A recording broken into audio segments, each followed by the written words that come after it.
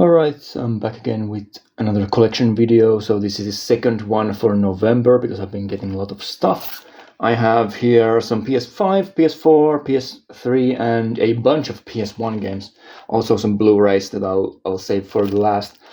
Right, let's start off with some Black Friday stuff, or early Black Friday. It isn't even a Black Friday anymore, it's just a Black Month. People start doing deals very early.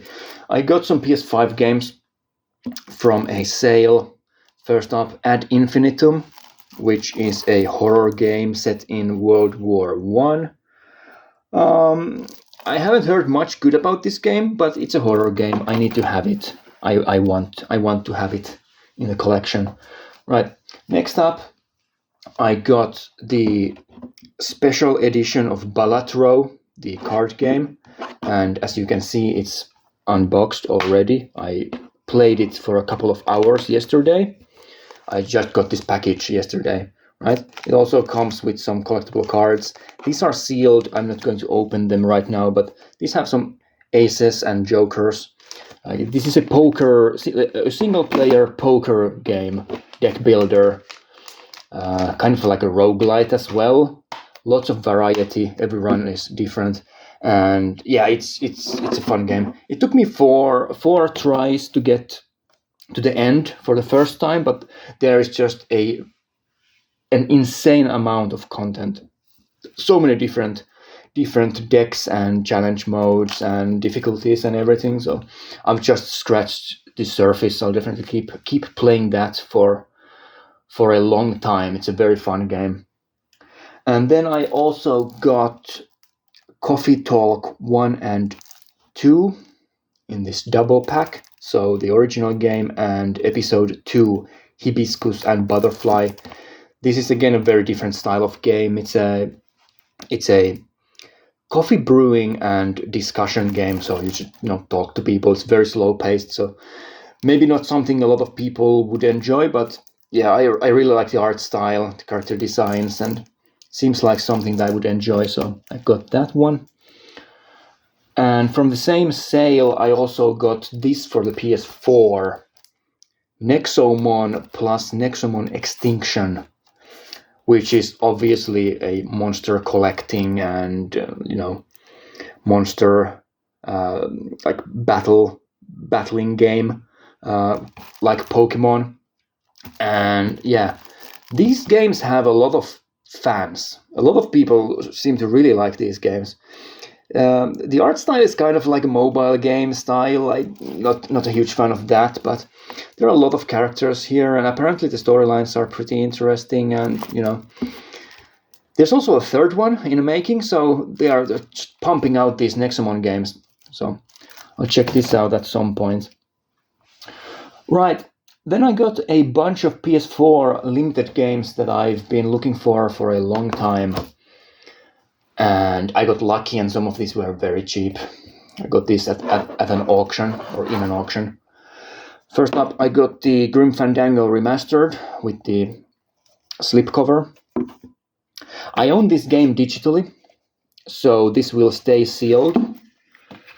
The game itself is still sealed.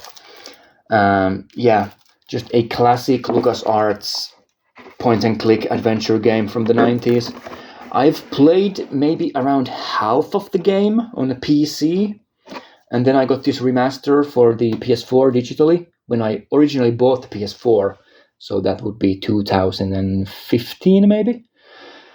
And I still haven't played it, the digital version, so this will go into a protective case, and I will play the digital copy when I get the time.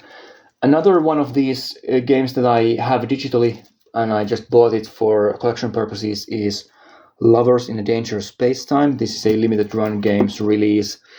I'm guessing it's a partner label release because it doesn't have a number on the spine, as you can see. But yeah, this is a fantastic co-op game. One of the few truly great couch co-op games on the PS4. You control a spaceship. There are multiple stations, and the stations have to be manned by different people. You can play it solo as well, but it's not as fun. I've played it with one another person in 2-player mode, and it's great. It's really fun. And then I got 2 limited run games here that are numbered. This is Gargoyles from Disney, and this is number 407. A really old school game from way back in the day, remastered. And then I also got the Mummy Demastered, which is number 254. This is like a top-down shooter, supposedly excellent. It's a licensed game in the Mummy movie series, which is kind of funny, but yeah, the game is supposed to be great. It's by WayForward, the people who created the Shantae series, and they have so many good games. So pretty much anything they make, I'll look into it at least. Right, then I got some PS3 games. As those who have watched my videos for a longer time know, I'm not much of a fighting game guy, but I got 4 PS3 fighting games here. I got Marvel vs. Capcom 3, Fate of the Two Worlds, a series that is very highly regarded by fighting game fans. I don't know much about these games or how they play, but I'll definitely check this out at some point, complete in box as well. Then I got Street Fighter X Tekken, this crossover with the Nordic back cover, so it's maybe a little bit more collectible and rare than the basic English release. Some of these Nordic editions are very expensive. For example, for a Lollipop Chainsaw on a PS3, that's a really collectible version of the game. Yeah, this is complete as well. I really like Tekken, so I want to get everything Tekken if I see it for a good price. The problem with these is that I've played many of the Tekken games, even though I don't own them. So then do I want to pay a lot of money to get them? Probably not. So I'll wait, and then one day I'll find, for example, Tekken Tag Tournament 2 for a good price. I've played this game a little bit throughout the years, never owned a copy of it myself. Definitely something that I will play very soon. The original Tekken Tag Tournament is just a fantastic fighting game. I really liked it. Like a really good party game. I don't know if it's like a good fighting game in a sense that you could play it in tournaments and competitively and so on. I don't care about that sort of thing, but it's a really good party game. And then I got a game in a series that I've never played any game of. This is Virtua Fighter 5. I got this for almost nothing because the seller said that there were scratches in the disc, but I mean, yeah, okay, there are scratches, sure, but it's not going to have any effect on anything, really. Right. Virtua Fighter as a series, I don't know anything about it, but this game got really good reviews, so maybe I'll check it out. One of those fighting game series that never really made it in the West, I don't think. There are many games in the series that have never been released in the West, or at least originally. Maybe there are some re-releases, but yeah. And then I got some PS1 games here, actually quite a few. 1, 2, 3, 4, 5, 6. After filming the PS1 collection videos, I've been getting a bunch more, just because I felt like it. One game from my childhood that I played a lot is Asterix. And this is English-Swedish back cover. Many of the copies of this game that I see online have a German back cover, and I don't want a German back cover. No offense to any Germans, but that's not my language, so it's a problem. English or maybe some Nordic language, that's fine. But yeah, this game I played a lot as a kid. I don't know if it's any good, but I remember enjoying it a lot. It has kind of like an element of strategy, like the game Risk, where you build troops and put them in this map. You can see there on the back. You put troops on a map, and then whenever you go fight, there are these kind of mini games and stuff. Yeah. Asterix, I don't know how many people outside of the European region even know about the character, but Asterix is a very, very famous character, especially in French-speaking world, right? Then I got Army Men Omega Soldier. Does have a nasty crack on a cover, but it doesn't really matter. Oh yeah, these are all complete in box as well. Asterix was as well. The Army Men series is an interesting one. I've played a lot of these games, but I've never owned, I don't think, any of them. Maybe one or two I've had throughout the years, but they've gone missing or I've sold them. I used to play these a lot because I had pirated copies of these, like Thailand copies. A family friend bought from Thailand a bunch of games, like hundreds of PS1 games, pirated games, and just, gave them to us.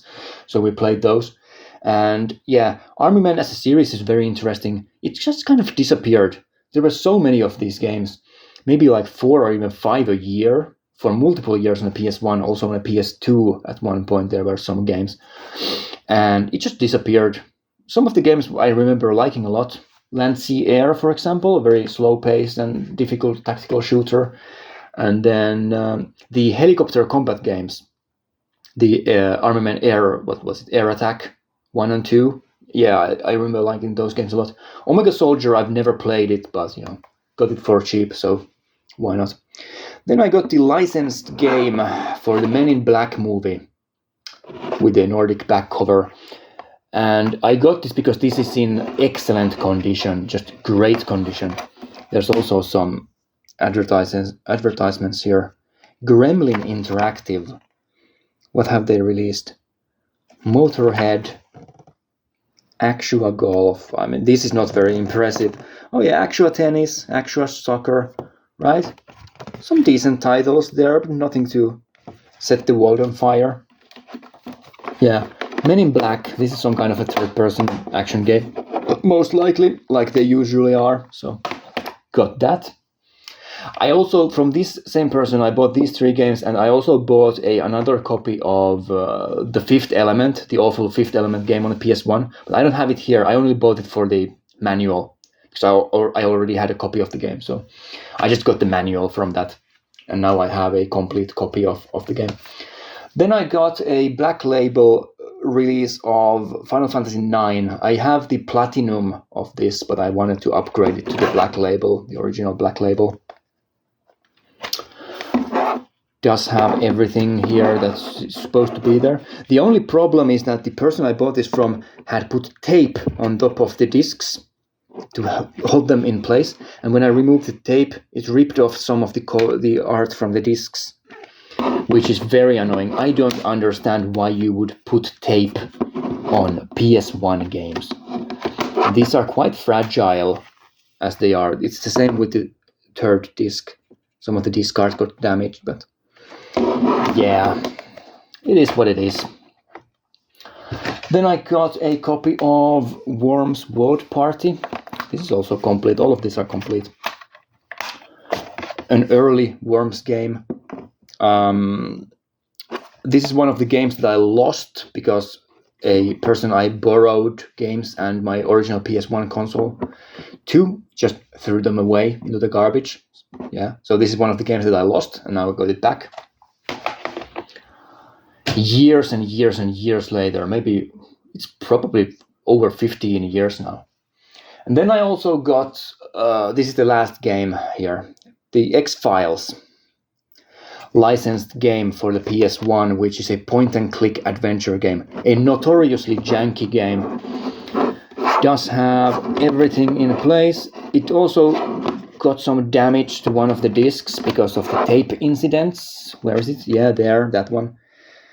Man, it's so annoying, but there's nothing I can do about it.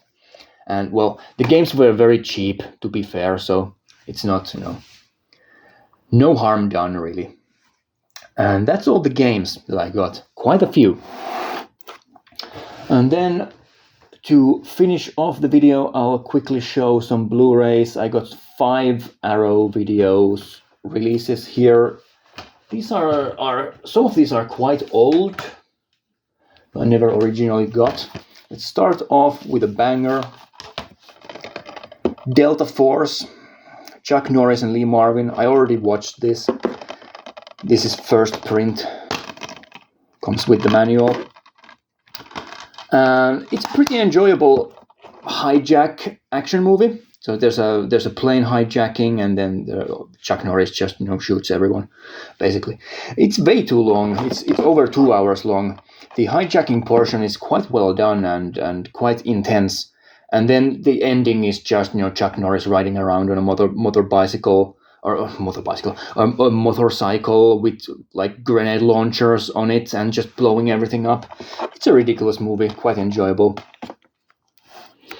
Then I got Catfight, which is a pretty recent release. This is from 2016, this movie. Never watched it. Some kind of an action movie with female characters just kicking each other's asses. Then I got Pulp, which is a Mike Hodges movie, isn't it? Yeah, Mike Hodges, who directed Get Carter, also featuring Michael Caine in it. So got that one. I have high hopes for that. Then I got this Death Screams limited release. Pretty gruesome imagery there. Had to show it. Yeah, an old school horror movie. Slasher from the 80s or 90s? I can't remember. It doesn't really matter. And then I also got this Arrow Academy release, also with the slipcover. This is I think Egyptian. Yeah, this is an Egyptian movie, which is a dramatization of the Egyptian revolution. Looks pretty intense and quite interesting, so looking forward to that as well. And there you go. That's my second pickups stack for the month of November 2024. Let's put it like this, so I get the thumbnail without any additional work. So yeah, thanks again for watching, and I'll be back with some more pickups and other stuff quite soon. See ya.